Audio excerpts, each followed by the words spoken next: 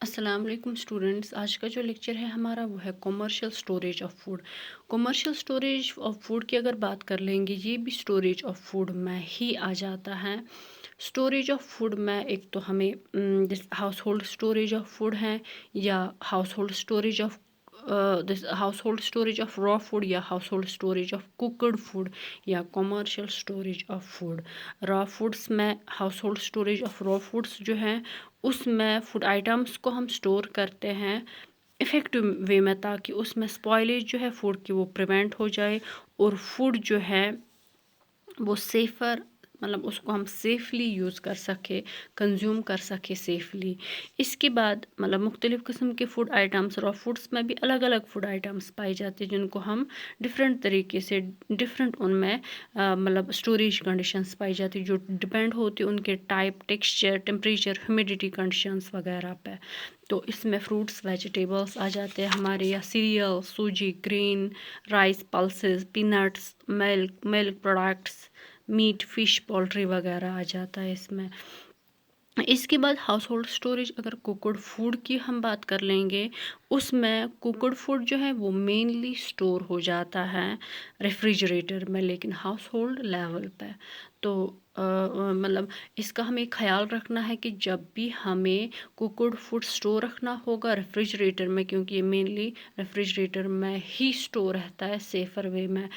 तो वहाँ पर हमें ये ख्याल रखना है कि इमीडिएटली आफ्टर कुकिंग, या अगर वो गर्म होगा फूड, गर्म होने के दौरान उसको हमें फ्रिज में नहीं रखना चाहिए, पहले उसको कूल डाउन करना चाहिए, उसके बाद उसको रेफ्रिजरेटर में स्टोर करके रखना चाहिए। और ज़्यादा टाइम तक फूड को रेफ्रिजरेटर में नहीं रखना चाहिए, उसमें एक तो न्यूट्रिएंट्स भी लॉस हो जाते हैं और वो सेहत के लिए भी ठीक नहीं है। और उसके बाद रेफ्रिजरेटर में रखने के बाद फूड को जब हम उसको फिर से यूज़ करते हैं, उसमें ये जैसे उसको हमें रीहीट करना चाहिए, उसके बाद इमीडिएटली उसको यूज़ करना चाहिए, उसके बाद फिर से रेफ्रिजरेटर में नहीं रखना चाहिए।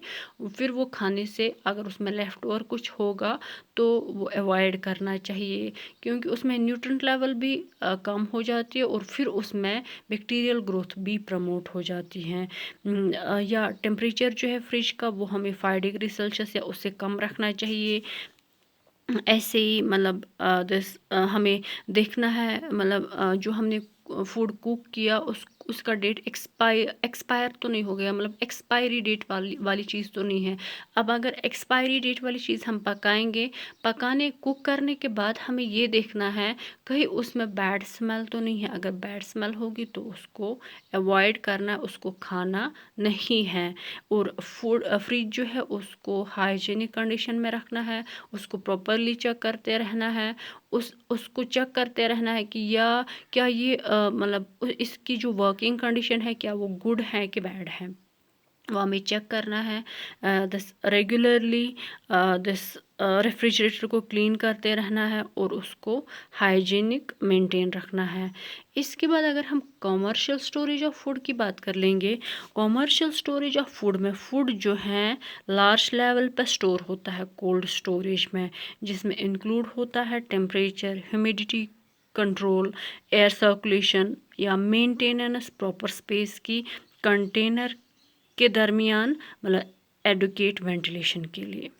एक कोल्ड स्टोर जो है, ये कोई भी बिल्डिंग होती हैं जो यूज़ होती हैं स्टोरेज के लिए कंट्रोलेबल टेम्परेचर पे, वहाँ पर हम टेम्परेचर कंट्रोलेबल यूज़ करते हैं।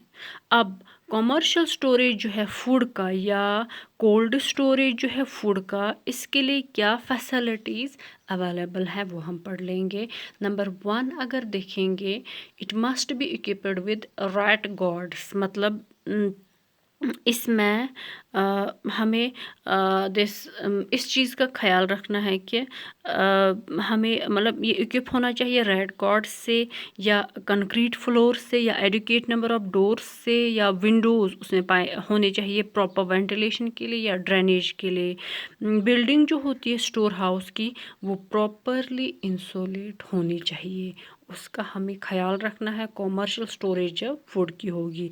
नंबर नेक्स्ट जो है स्टोर हाउस जो है वो प्रोटेक्ट होना चाहिए रोडेंट्स या इंसेक्ट्स से, जो चूहे वगैरह होते हैं, मतलब उसका हमें ख्याल रखना है कि जहाँ पर स्टोर हाउस है वहाँ कहीं रोडेंट्स या इंसेक्ट्स मत पाए जाते हैं।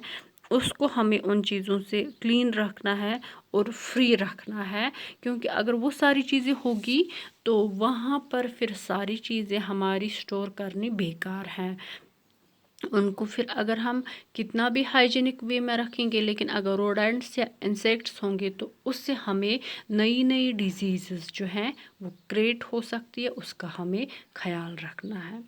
नंबर नेक्स्ट अगर हम देख लेंगे अनियंस यानी कि प्याज, गार्लिक या बाकी फूड आइटम्स जो हैं इनको हमें स्टोर करना चाहिए सेफली लो ह्यूमिडिटी पे स्टोर्स में। अगर ये आइटम स्टोर होंगे कंटेनर में तो एडुकेट सप्लाई एयर का प्रोवाइड करना चाहिए कंटेनर के बॉटम पे, और जो वो कंटेनर है जिसमें हम ये फूड आइटम्स रखेंगे वो वेल वेंटिलेटेड होना चाहिए। फ्रेश फूड्स जो हैं उनको लो टेम्परेचर की ज़रूरत होती है स्टोरेज के लिए, ताकि उनका मेटाबॉलिक प्रोसेस जो है, जो रेस्पॉन्सिबल होता है उनको राइपनिंग ऑफ फ्रूट्स के लिए, तो वो स्लो डाउन हो जाता है। इस मतलब हर एक चीज़ को हम नॉर्मल टेम्परेचर में रख सकते हैं कोल्ड स्टोरेज में, लेकिन फ्रूट्स जो हैं उनको हमें बिल्कुल लो टेम्परेचर पे, जहाँ भी ये स्टोर कर लेंगे स्टोर हाउस में, इनको हमें लो टेम्परेचर पर रखना चाहिए, क्योंकि फ्रूट्स जो हैं इनमें राइपनिंग प्रोसेस क्विक होती हैं। अगर इनमें थोड़ा सा भी ज़्यादा टेम्परेचर होगा तो ये राइप हो जाते इमिजिएटली, इनका मेटाबॉलिक प्रोसेस जो है वो क्विक हो जाता है।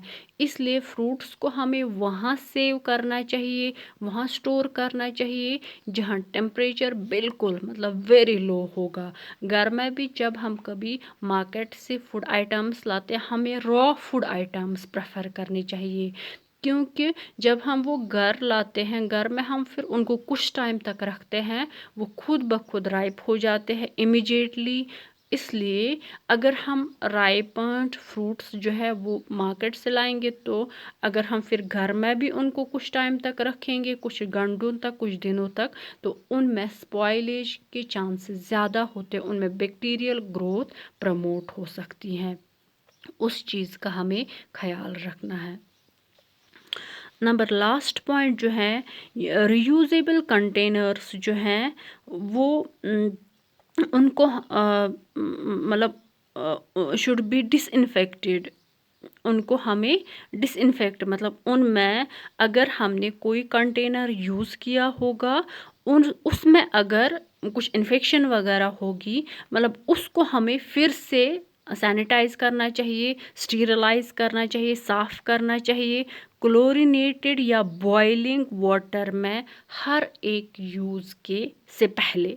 मतलब अगर हम कोई भी कंटेनर कॉमर्शियल पर्पसेस में यूज़ करते हैं उसको हमें, क्योंकि अब हम बार बार ही नया तो नहीं ला सकते हैं, उसको हमें क्लोरीनेट जब भी हम नया नया फूड आइटम उसमें डालते रहेंगे उसको हमें मतलब नया आइटम डालने से पहले हर एक बारी उसको हमें क्लोरीनेट करना है, या बॉइलिंग वाटर में डालना है, या तो उस कंटेनर को या तो कंटेनर में के अंदर बॉइलिंग वाटर डालना है। उसके बाद उसको ड्राई करना है, ड्राई करने के बाद जो भी चीज़ उसमें रखनी होगी वो रख सकते हैं। उससे क्लोरीनेशन से या बॉइलिंग वाटर में रखने से उसमें बैक्टीरियल ग्रोथ अगर होगी वो ख़त्म हो जाती हैं। ख़त्म होने के बाद उसको हम नेक्स्ट पर्पज़ के लिए यूज़ कर सकते हैं। अगर हम उसमें हाइजीनिक फूड रखेंगे, free from bacterial growth foods रखेंगे, फ्रेश फूड्स रखेंगे, तो उससे वो स्टोर रहता है, प्रिजर्व रहता है अच्छे से उस कंटेनर में। इन सब चीज़ों का हमें ख्याल रखना है जब भी हम स्टोर कर लेंगे फूड को।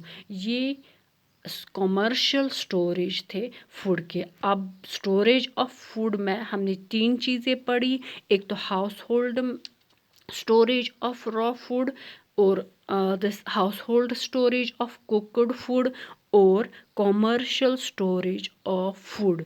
इन तीनों चीज़ों को हमें स्टोर करने के दौरान जो हमने इसमें पॉइंट्स पढ़े, इन तीनों में उनका हमें ख्याल रखना है।